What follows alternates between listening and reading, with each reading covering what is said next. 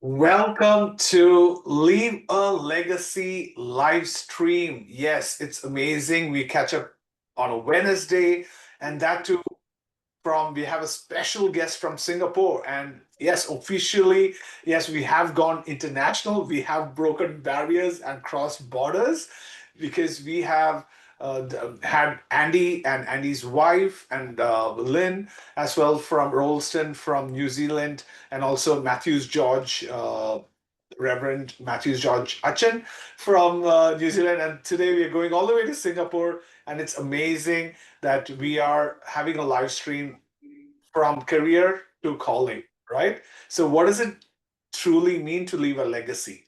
And in today's session, we are joined by my, you could say, my brother from another mother, Kok Ping Lim. He's a leader who traded corporate success for kingdom significance. So after 20 years with Microsoft, where he led operations across Asia, Kok Ping stepped into his God-given calling to empower leaders to carry his presence into every sphere of life. And I had the opportunity to walk alongside him as part of a John Maxwell certified trainer, leader, speaker, that we get to do this together. And from boardrooms to mission fields, because I've seen him in mission fields serving now as president of ICMS, which is International Christian Mission Singapore, and the managing director of 516leadership.com. Yes, we'll hear more about 516 and equipping marketplace influencers because he will talk more about Matthew 5:16, about let your light shine before others. So join us as we welcome Kok Ping, where he shares from career to calling and how you can start building your God glorifying legacy right here where you are. So, friends, Legacy X leadership table, let's all give a big round of applause and a virtual welcome to the online stage, Kok Peng. Hey, how are you doing, buddy? Very well. Thank you so much, Jobby. It's really a pleasure and an honor to be on your show. So I've seen some of your shows and I'm looking forward to getting into the conversation with you. Absolutely, absolutely, buddy. So let's kick it off with because it's all about from career to calling. And you said that you want to start sharing from your heart from the beginning. So can you please share a personal moment when you realized God was calling you to something deeper than just a job or a title? Yeah, I think one of the things that I've learned early in life is through one of John Maxwell's teaching, says some wake up to an alarm, but some wake up to a calling.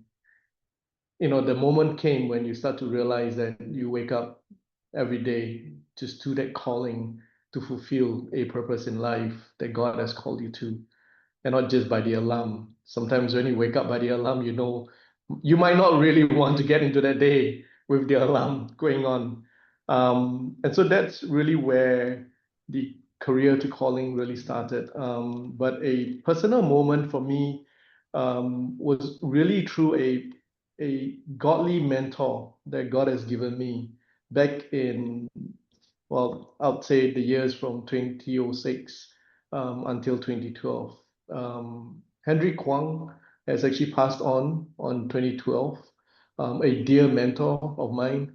But I saw how he lived his life as a leader and as a leader empowering many other lives, not just in the marketplace, but across the mission field. And so, if you ask me for a personal moment when I realized God was calling me to something deeper, I think that moment when he passed on, and almost as sure as when we think about John 12:24, very truly, unless a kernel of wheat dies, or falls to the ground and dies, it remains only a single seed. But when it dies, it produces many seeds.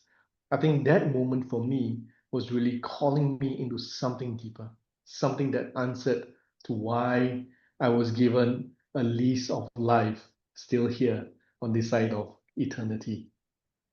Mm, wow, that's amazing, and especially as you share your personal journey, and especially what I've always seen that people have that moment and that time.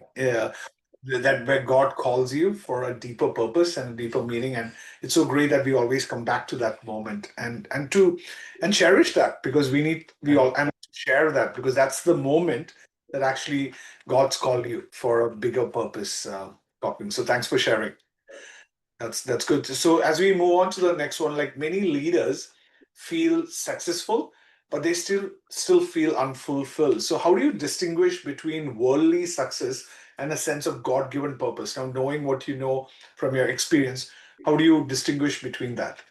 Yeah, that's actually a very deep question. It's not just a good question, it's actually quite a deep question. I think in terms of KPIs, having been on Microsoft and been in a very competitive mode for but for the bigger part of my life, I've always been driven by KPIs. I think KPIs are very easy measures of success. You hit your KPI, you're successful. If you have planned to go this route and you landed on that route, you're probably successful. And I think that's how usually how we define success. But a sense of God-given purpose in terms of a success, um, I would say I would go back actually to Joshua 1:8. Joshua 1:8 is an amazing passage in the Bible that talks about the book of the law shall not depart from your mouth, you shall meditate on it day and night, and be careful to do everything written in it. Then you will make your way prosperous, and then you will have good success. And you know, the key difference in a leader's success and not being fulfilled is when there is no alignment with what our lives are intended to be.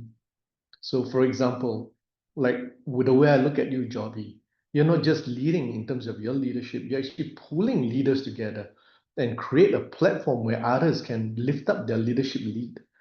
Now, that is in alignment with how God wants to use your life and how God wants to propel it towards a certain way of success.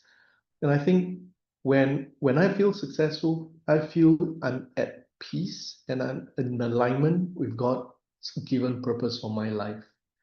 Now, when it is out of alignment, when I just go after what I want to get a brand new car. I want to get a nicer watch. I want to go to this vacation place. I want to do this and that. I still can be successful, but I may not be fulfilled because that alignment is missing. You know, and a lot of times when I teach some of my disciples, I teach them about the 3Ds. There's a divine assignment. It must come only after divine alignment has been given. And then when that divine assignment is given from a divine alignment, God will fill it with many divine appointments. So there you have it. When a leader feels successful and not fulfilled, there is no alignment with how God actually wants your life to be led. And oftentimes, many people are feeling unfulfilled because they've gone their own ways and achieved something, and they will be successful, but not fulfilled. That void is a difficult one to feel when you're not aligned. Wow, that was just, I would say, I think the whole session, you kind of covered that, and with that amazing alignment, assignment, and what is the other A? Appointment. God will give you a divine appointment, Jobby. And Yes, that was divine. how you and I met. I felt Yes, that was a appointment that God has given that leads on to this assignment. It's so absolutely. wonderful. Absolutely. And it's so true that sometimes we see that we ask God, can you align his purpose to our purpose? But ideally we need to align with That's our right. our passion, our story with his purpose. And That's that right. alignment, it all starts with that alignment, then moving on to then knowing your assignment, and then having that divine appointment. Amazing, amazing topic. So that's truly that you share from that God-given purpose. And like I said, Matthew 5:16, Yeah. letting your light shine in the marketplace. You've mentioned it. So what does that practically look like for a leader in a corporate environment? Yeah. I'd like to expand that a little bit because I think when you say let your light shine in the marketplace, let's look at the whole context of that whole verse because it says, in the same way, let the light shine before men that they may see your good deeds and praise your Father in heaven.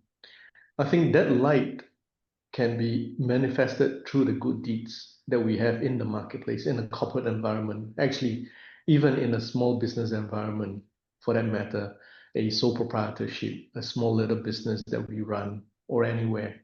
I feel that practically looks like the kindness that we show perhaps to the auntie that cleans our desk, the janitor that actually helps us to wash and upkeeps our bathroom. That kindness is also extended to the employees of ours that has maybe a mother that's unwell, and how we would take time out to even either say a prayer blessing or even to visit if it's appropriate. That that also practically looks like celebrating the success of others, including those that you may not like or we may not like. There are some people who are just so successful, and sometimes you feel like there's just something stuck between we and them.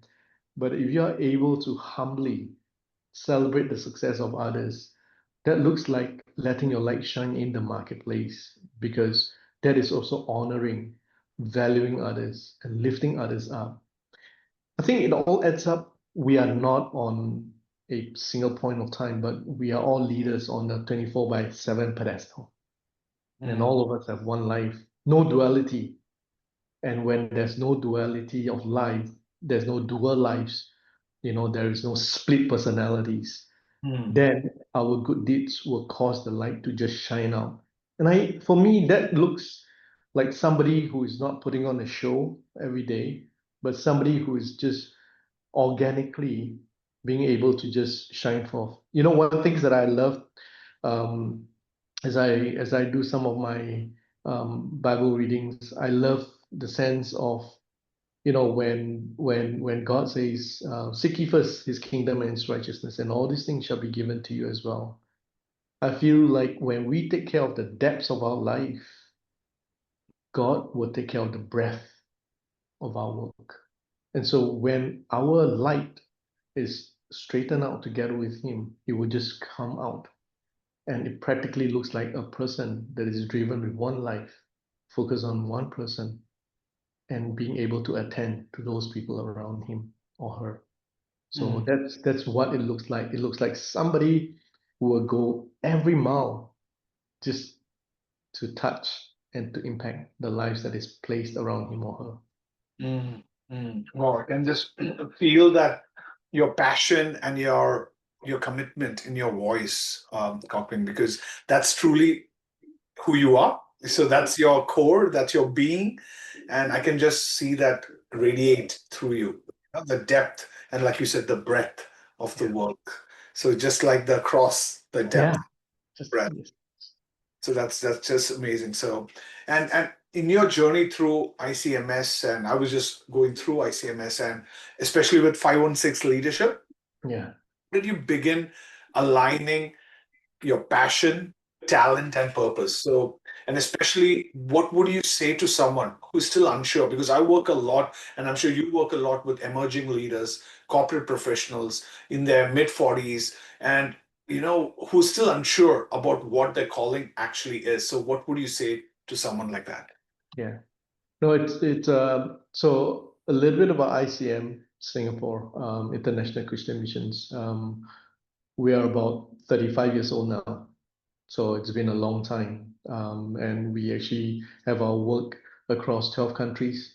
Our core mission is really to train and mentor, which is to disciple kingdom-minded local pastors and leaders in the rural areas so that they can actually bring the gospel towards the end of the earth.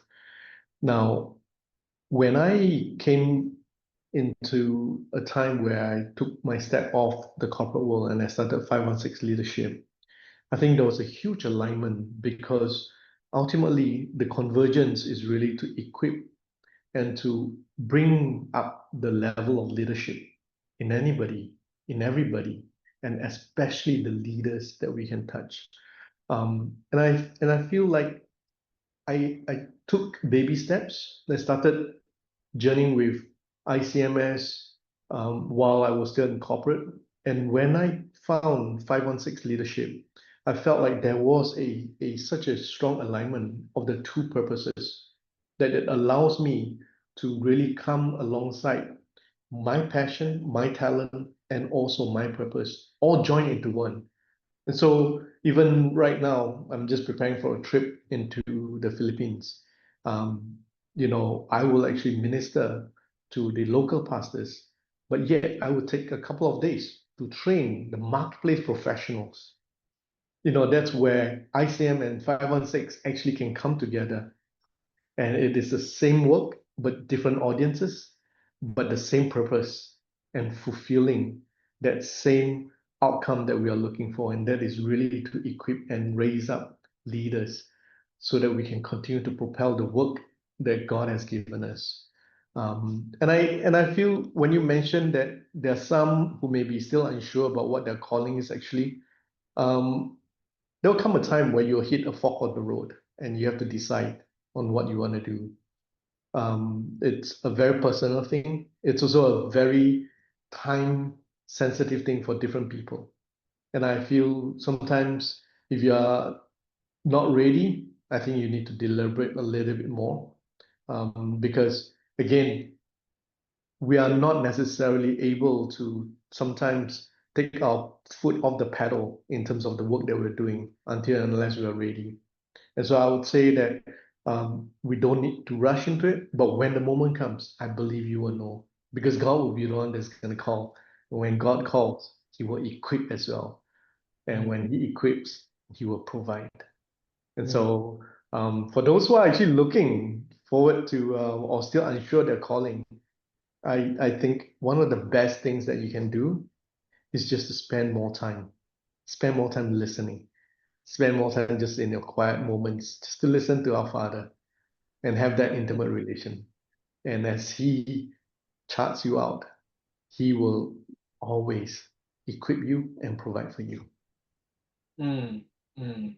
Amazing. That's that's so good because sometimes it's all about the listening and it's all about pausing and reflecting on him and Yeah. as leaders I think I've seen it in myself just before getting into this journey I never used to spend much time reflecting and Yeah. especially personal time but now I understand there's so much of impact and the reason why even Jesus kept going to the garden to spend time in prayer spend time in fellowship with his father right so just learning those leadership traits from the Bible itself is just an amazing opportunity so that you know your alignment and assignment and your calling. That's beautiful. So thanks for that sharing, and especially um, now knowing, like let's say they know your calling. So fear is often a barrier to Mm. stepping out, especially for professionals in corporate. And what fears did you face personally, Kok Ping, when shifting from career to calling, and how did you overcome them? Yeah, yeah, a couple of them, and the very real ones. You can't mince this. Like you can't move away from them. I think, I think the first one, because I'm a family person, as you are as well, and many of us are. I think the first fear is whether can your family really accept. Because you will go home one day and then they'll say, "Oh, Dad, you're not working for Microsoft anymore. What are you doing now, Dad?" And those are realities of life. It may not be a fear, but it is sometimes an obstacle, a hindrance, a hurdle that we have to cross. Um, I think the other one is sometimes on your financial readiness of really moving from a career to calling, because when you are still embedded in your career, there's a lot of remunerations that you enjoy. And when you move more towards the calling, you will probably take a big hit on your bottom line. And financial readiness is really a big thing that you have to really be careful about. But I think the biggest fear is really yourself, myself. Sometimes the biggest fear is more, am I ready? Do I want to do it? And do I have the stamina to carry it on? And that is a big challenge because as you step off, you may not have a return path. You're Mm, probably be on a path that there's no point of return. And so, Mm, and so you cannot be just doing out of a whimsy or fanciful decision that, I'm just going to try it. But it takes time and deliberateness, intentionality for you to go in. But I think one of the key ways that I use to manage the fears is really to start doing little by little. Actually, you know what? John Maxwell, Chris, does sometimes say this, you know what? Do a little, learn a little. And it's not like you got to jump all in and then, you're like, okay, you know what? That's the last, and that's where I gotta head towards. I don't think life is always like that. I think there's a bit of you start doing more of your calling and you start moving in, you start making sure that things are ready, and then at that right point of time, you can do that radical shift. But I mm, think it is not done in the void, it's not done in the vacuum. It is done with people supporting you, especially your family, especially all those. Perhaps if you have an inner circle like I have, I've been very blessed. I have actually two who keeps me accountable. We meet every Friday at 5:30 a.m. and we actually keep each other accountable. And then, of course, for yourself as well, to make sure that you have spoken to yourself together with the Lord, and the Lord has given you that, okay, let's go. And then I feel like the fear will not just diminish, but actually the fear will turn to joy. And that mm, fear, when it turns to joy, it becomes an embracing joy. And you want to do more of it because you know there's such a big delight, there's such a joy as you pursue this. And that's why, earlier we're having that conversation. I can do this for the next 30 years of my life because I can just see the joy just keep on growing. And it is not something that I'm pursuing, but I'm just captivated by it. absolutely. And I can see that because I can see that I would say that confidence, the clarity, and the congruence in you from the last time we met to now, because I can see that really, elevating and radiating it out. But thanks for highlighting the financial readiness and being very practical and just like you said, just doing it a little bit, and just trying it out. Right when you actually put it out there, you actually see the uh, I would say the feedback and get that feedback and then see that if it's something that you want to continue and especially like you said, if it's your calling, it'll all align and especially having accountability partners, that's so important in keeping you on track to your calling. And I love it. And that too Friday 5:30 a.m. Amazing.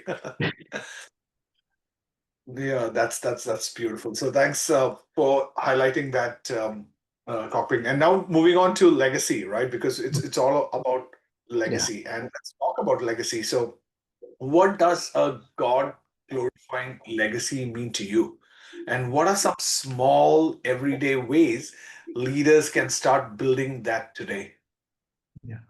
This is a difficult question because I think a lot of times legacy is not about us. It has actually shifted from us to others. Legacy has started to shift from what's temporal to what's a bit more long term, like eternal. I think a God glorifying legacy for me would definitely start with my family, that my children knows God intimately. And that's a legacy. So regardless whether am I teaching leadership, regardless whether am I doing ICM work, I think that legacy means that it is something worthwhile. It is something of purpose that I can pass on to my children that God has given me. Now, it does not stop there. It also means that the leaders and the pastors that I've invested in a bigger part of my life has established themselves as leaders with character, compassion, and courage. That's a huge legacy. It's not something that you can measure, but it's something that you know. Because as you invest in life in others, you will start to see that forming up in their lives. And my prayer is, you know, till the time when the Lord is about to call me back, I'll be able to look in each and every one of them to know that there is such a runway that they have with the Lord. And there's such a joy path that they're going to continue on. And just knowing that would be more than a legacy of physical materials that we can leave behind, a legacy of a work that we can leave our name behind. It's nothing about physical materials, nothing about name, but it's more about that those things that are eternal, those things that are important to God. And so one of my best author is and a missionary as well, C.T. Studd, Charles Thomas Studd. One life, you know, shall soon be past. Only what's done for Christ will last. I think as we run after Christ, we will leave a legacy of others running after Christ. And so, in the same way that Paul wrote in 1 Corinthians 11:1, follow me as I follow the example of Christ, not so much as following me, but follow the example of me following Christ. And I think that would be a huge thing that I pray would be one that brings me so much joy and shalom when it's time for me. Mm. Amazing, amazing. It just, for me, it's more like the shalom leadership. It's just Yeah, the piece of bringing up the next generation and especially aligning them to their purpose and their passion. And I can see that truly whenever I speak to you. You love getting that out of the leaders and especially aligning them to the faith, aligning them back to their purpose, why they were created. So I can just see that passion and message through you, Kok Ping. So thank you for sharing. And if someone's listening today and they're feeling stuck in their career, especially that pays their bills, but that doesn't necessarily feed their soul. So for us, it's all about application and practical, right? yeah, So, what's that first step you would encourage them to take towards their true calling, Cockping? yeah. This one is quite interesting. You bring me back to a time when after my mentor Henry passed on. I actually took some time off after a business trip in Dublin in Ireland because my I was actually running all of Asia and I report into Dublin. And I actually took quite a bit of time off just to go into just to take some time off myself. And one thing that I normally do, and I like to encourage anybody who doesn't have this habit, I always like to see which are the missionaries in that place that has, maybe in the 15th century or the 19th century, whichever, right? And I love to visit the place and just kind of get a little anointing and a little time off. And there I was actually, I decided to go into Edinburgh to see Eric Liddell. I don't know if you're familiar with Eric Liddell, but if you're familiar with Chariots of Fire, uh, Yes. yeah, Yeah. Eric Liddell is really amazing. He actually set up a Eric Liddell community that is still there. Like, 1924 was when he won the award, but I knew that he was a missionary to China. I didn't know what happened in between. And I just went. I just went. I spent almost a week there. Um, and when I spent time there, I found not just what he did, I found what God wanted me to do. I found my own space. I found me. I didn't find him. God found me. Mm. And that was amazing. That was amazing. But it's not the first time I've done that. I've been to India and I've been to places where William Carey was. Um, but when I did that trip and that timing was just perfect. When I had so much in my tank, I was so good at that time. I was running the corporate race. I was like, leading things and I was doing management. But God touched me in that place. And I couldn't forget that because we could sense so much of His presence there. So for anybody who's listening in, I think, you know, take some time, take a vacation for yourself, especially when you're searching. I found mine in the Arid Little community, and I'm still in touch with them still. Mm. Find that space. Find that space for yourself. And I would also say that sometimes it is not going away, but sometimes it's also stopping for the one. Mm. Stop for the one. Stop for the one that God placed in your life.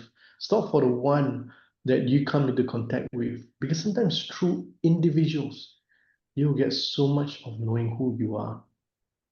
So stop for the one and live for the audience of one. Mm. Live for the audience of one. So as you stop for each one, remember you're living for the audience of one. And I think if you're stuck in a career that pays the bill but doesn't fit the soul, when you start to orientate your life back to the audience of one and stopping for people, when you really find time for yourself, you'll be amazed at who's waiting there for Mm. you and to encounter you because we know Jesus meets us where we are. Mm.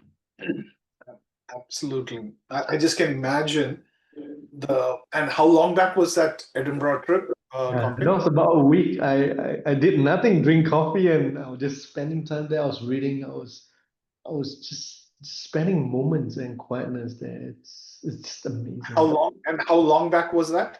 How That many that years? was about 2013 to 2014. So after Henry passed away 2012, and that was really the start of my corporate leadership. And when I had that encounter, I used my time to align, Mm. and that really propelled me so much faster. Mm. And yet not because I wanted to be faster, but because Yeah. there was so much depth in life. Mm. Mm. Mm. Well, that's just amazing. So God is waiting for us to Yeah, just be still yeah, and and hear Him, and I think it'll be our prayer, it'll be our, just so that we can actually hear and everyone hears their, or understands what their calling is and what their purpose is. Because that's the biggest question. The yeah, most searched term on Google is what's my purpose of life, right? So just imagine if everyone took time yeah. to just reconnect with their maker, you know, I'm sure the world would be a much better place. So thank you so much for sharing and highlighting that, Kok Ping. And now, like you said, you've worked with emerging leaders and executives globally. So what's one common theme or question that you hear from leaders searching for more purpose in their work? So what is that one common theme or question, Kok Ping? When they start to lose their focus, I think, it's quite common when they're searching for more purpose in the work. It's when they start to lose focus when they have everything. So if they have a nice little Porsche that's running up the backyard and they still feel like, I'm losing focus, I don't really know. But they don't say it. You can feel it. And in your interaction, you will know it. That means they're looking for more. And I think that's a very common theme, I would say. Not necessarily a question that comes out. Leaders usually ask less questions with other leaders. They ask questions to promote the followers, but they normally don't ask those questions. But I would think there is also another common theme that will come is when they start to lament, there's more to this. Mm. When they start to get disgruntled, even though they seem to have everything, and it seems like they've proven themselves or they have kind of achieved a huge milestone. Mm. And that's when you start to know that they're searching for more purpose in their work. And that's a Mm. very good indicator to really pause with them, to Mm. pause with them. And for those who are listening in, if you are feeling like that, it is a time for an appointment. And you don't need to go to Scotland. You don't need to go to Edinburgh. It could Mm. be just a place where you can have some quietness, some time. When you start to feel like, you know what, I'm still not satisfied, there's still something missing, that's when you normally get woken up by the alarm clock, but it's not by the purpose of your life. Mm, mm. Wow, that's amazing, and that's where the opportunity is, and that's where the challenge is as well. Yeah, that's a challenge, yes.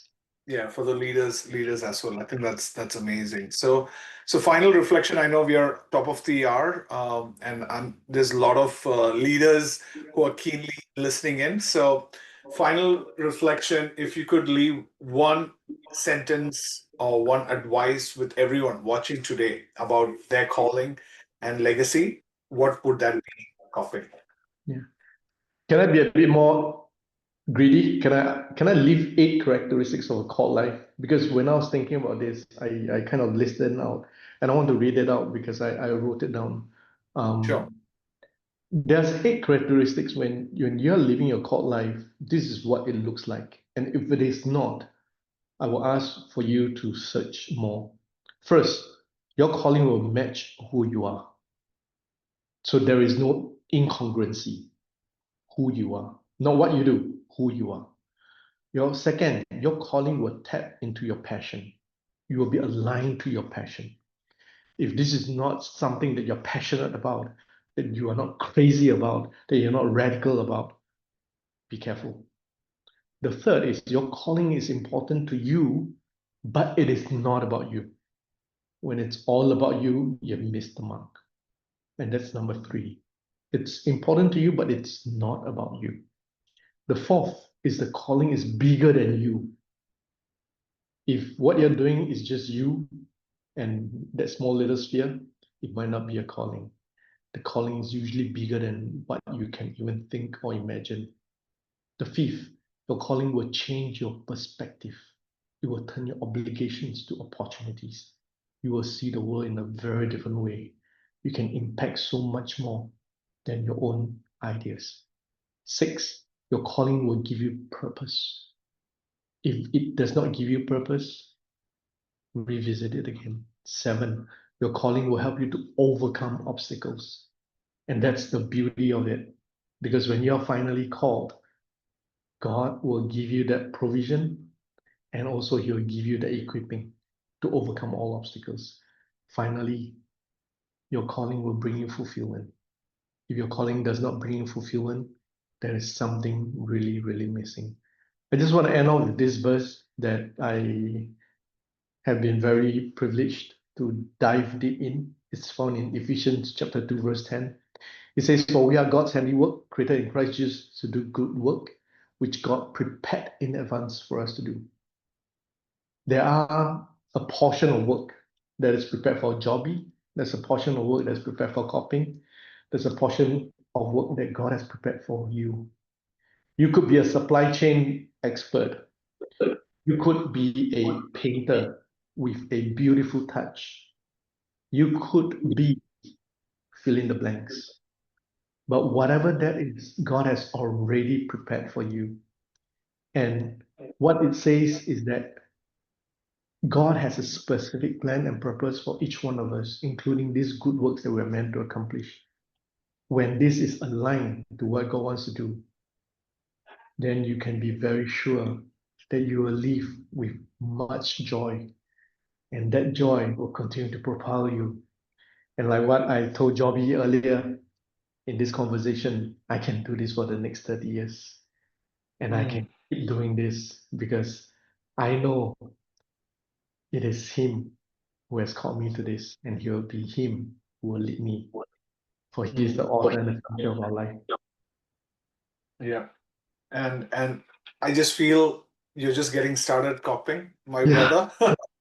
Brother in Christ, you're just getting started and you have lots more miles to cover. So, and we are so blessed. Legacy X family is so blessed that you're part of our family. And so, how can people get in touch with you, Kok Ping? Is there any upcoming workshops, any sessions coming up? Please feel free to share it within our network and our family because we are all about growing ourselves because we are doing a 15 laws of growth and then we Mm. are now the book that we are actually doing as a leadership roundtable is Becoming a Person of Influence. So, That's so wonderful. it's John Maxwell says leadership is influence, nothing more, nothing less. So, what is there anything, Kok Ping, that's happening? Interesting updates?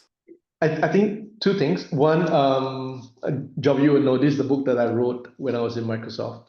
And after I left, the fellowship continues. We've come to a point whereby, in our small little chat group, we have over 138 people.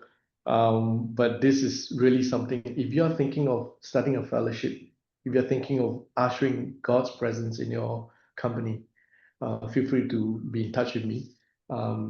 You can get this book in the Christian bookshops as well. But if you're looking more for a equipping, I'm actually running Leadership. Leadership is a book that John Maxwell wrote, similar to like what Joby was doing in terms of the person of influence. Leadership talks about at the leadership level. I'm actually am very privileged to be able to train some of the top alumni of Nanyang Technological University in Singapore. So it's a session of 3. If you look me up in the LinkedIn, you'll be able to find my latest posting on it. There's 2 more sessions that's coming up. It talks about how we can help leaders to shift and adapt and be able to lead even stronger in the midst of changes.